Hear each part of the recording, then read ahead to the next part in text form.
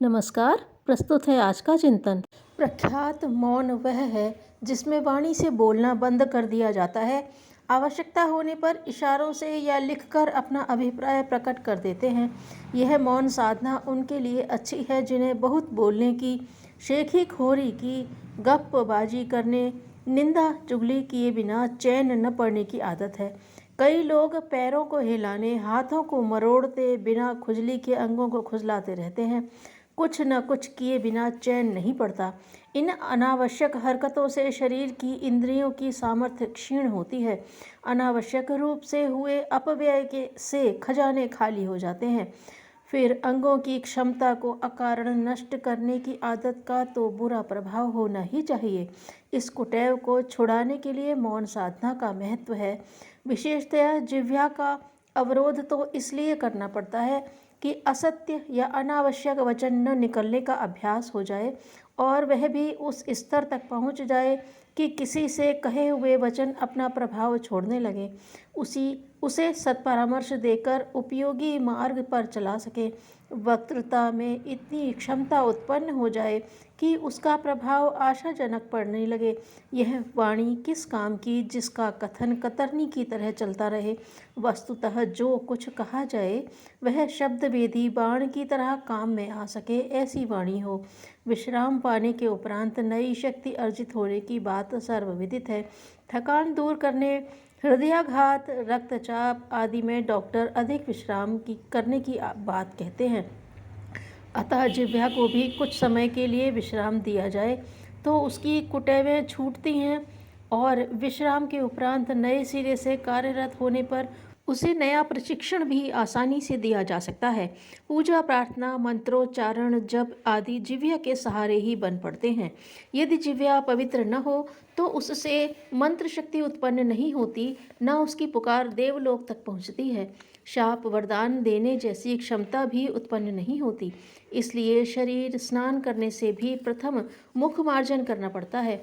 उपासनात्मक कर्मकांडों का शुभारंभ आचमन से किया जाता है, कारण कि जिह्वा को पवित्र करने के उपरांत ही दिव्य प्रयोजनों का बन पड़ना संभव होता है। शारीरिक स्वास्थ्य की दृष्टि से भी इसी की प्रमुखता है। जो सवेरे स्नान नहीं कर सकते वे भी उठते ही कुल्ला तो करते हैं। जितनी बार भोजन किया जाता है उतनी बार भोजन के अंत में कुल्ला करने, आचमन करने की प्रथा है। शरीर के समस्त अंगों की तुलना में शुद्धिकरण का ध्यान मुख क्षेत्र में अधिक रखा जाता है। इससे पाचन तंत्र की समूची नलिकाएं प्रभावित होती हैं। कितने ही व्यक्ति सवेरे उठकर 1 गिलास पानी पीते हैं जिससे जिह्वा सहित पाचन तंत्र की शुद्धि होती है और उष्णता उत्तेजना दूर होकर शांति का वातावरण बनता है। अच्छा हो मौन साधने के अवसर पर आहार शुद्धि का भी ध्यान रखा जाए। जिह्वा को ज्ञानेंद्रियों और कर्मेंद्रियों दोनों ही माना गया है। भोजन प्रयोजन में वह कर्मेंद्रिय रहती है और वार्तालाप में ज्ञानेंद्रिय बन जाती है। उसकी द्विधा प्रक्रियाओं का परिशोधन करने के लिए आहार शुद्धि का ध्यान रखना भी नितांत आवश्यक है। उपवास में दूध, छाछ, रस, रसादि का प्रयोग किया जाए। इतना न बन पड़े तो शाकाहार, फलाहार का अवलंबन लिया जा सकता है, अन्यथा अस्वाद व्रत तो निभना ही चाहिए। शक्कर, नमक, मसाले छोड़ देने भर से अस्वाद व्रत निभ जाता है। यह बहिर्मौन की विधि हुई। इसके अतिरिक्त अंतर्मौन अध्यात्म प्रयोजन के लिए आवश्यक है। बहिर्मौन केवल बाह्य अंगों को प्रभावित करता है, इसलिए उसे अपूर्ण माना गया है। अंतर जीवन और बहिर्जीवन दोनों पक्षों को मिलाकर एक पूर्ण जीवन बनता है। दोनों को मिला देने पर ही समग्रता आती है। जिस प्रकार बहिर्जीवन में हाथ पैर जैसी इंद्रियां और धड़ संस्थान के भीतरी अवयव काम करते हैं, उसी प्रकार अंतरंग जीवन में विचार संस्थान की घुड़दौड़ चलती है। कल्पना, विचारना, इच्छा आदि के चित्र विचित्र उफान उठते रहते हैं। कामनाएं और कल्पनाएं दोनों ही परस्पर प्रतिस्पर्धा ठाने रहती हैं। इस धमाचौकड़ी में न चित्त स्थिर हो पाता है और न ध्यान धारणा का क्रम बनता है। उच्च विचारों को प्रवेश करने की भी उसमें गुंजाइश नहीं रहती। न अध्यावसाय के लिए क्रम बनता है, न निधि ध्यानासन के लिए। ऐसी दशा में भगवत भक्ति का सुयोग बने तो बने कैसे। ब्रह्मरंध्र और सहस्त्रार कमल का जागरण भी इस स्थिति में संभव नहीं और न कुंडलिनी जागरण। षटचक्र भेदन, पंचकोशों का उत्थान ऐसी महती साधना के लिए मार्ग ही बनता है। मेले ठेले की घिपचिप में रास्ता चलना तक दूभर हो जाता है। एक दूसरे को धकेलते हुए आगे बढ़ते हैं। उस माहौल में कहीं शांत चित्त बैठना जैसा कृत्य तो बन ही नहीं पड़ता। इसलिए यह भी आवश्यक है कि अंतर्मौन का अभ्यास किया जाए। जिस प्रकार जीभ से हर समय बोलते और खाते रहने से वह चंचल, लोलुप और अस्त व्यस्त होती है, उसी प्रकार मन क्षेत्र में अनेक प्रकार की विचारणाएं उठते रहने पर भी यही होता है। अध्यात्म क्षेत्र की समस्त धाराएं विलीन करके एक केंद्र पर ध्यान के एकत्रित करना पड़ता है।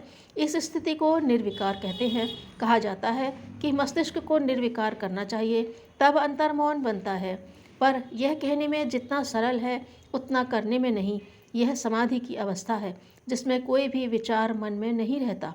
तब भी हृदयस्थ आत्मज्योति में अथवा ब्रह्मांड मध्य ब्रह्मरंध्र में लय करना पड़ता है। अन्यथा खुली छूट रहने पर तो वह एक स्थान पर टिकेगा नहीं। यदि रामायण पढ़ी जाए तो उसका कथानक कभी कहीं से याद आता रहेगा। उस समय की परिस्थिति अथवा कथोपकथन मस्तिष्क में घूमता रहेगा। यही बात स्तोत्र पाठ आदि के संबंध में भी है। इसमें इष्ट देव की जैसी आकृति प्रकृति है वह भी मस्तिष्क में घूमती रहेगी। विचार चाहे देवताओं के हों, अवतारों के हों, इतिहास के हों, पर अपना सुझाव विचार मन में आते ही रहेंगे। तब विचारहीन स्थिति बन नहीं पड़ेगी और अंतर्मौन सधेगा नहीं। इसलिए अपने आप को महाप्रलय की स्थिति में शिव तांडव करते हुए अथवा आकाश में सूर्यवत एकाकी चमकते रहने का ध्यान करना चाहिए। और साथ ही यह धारणा भी करनी चाहिए कि महाप्रलय की स्थिति में संसार में कहीं कोई प्राणी या पदार्थ नहीं है। सर्वत्र महाशून्य की निस्तब्धता छाई हुई है।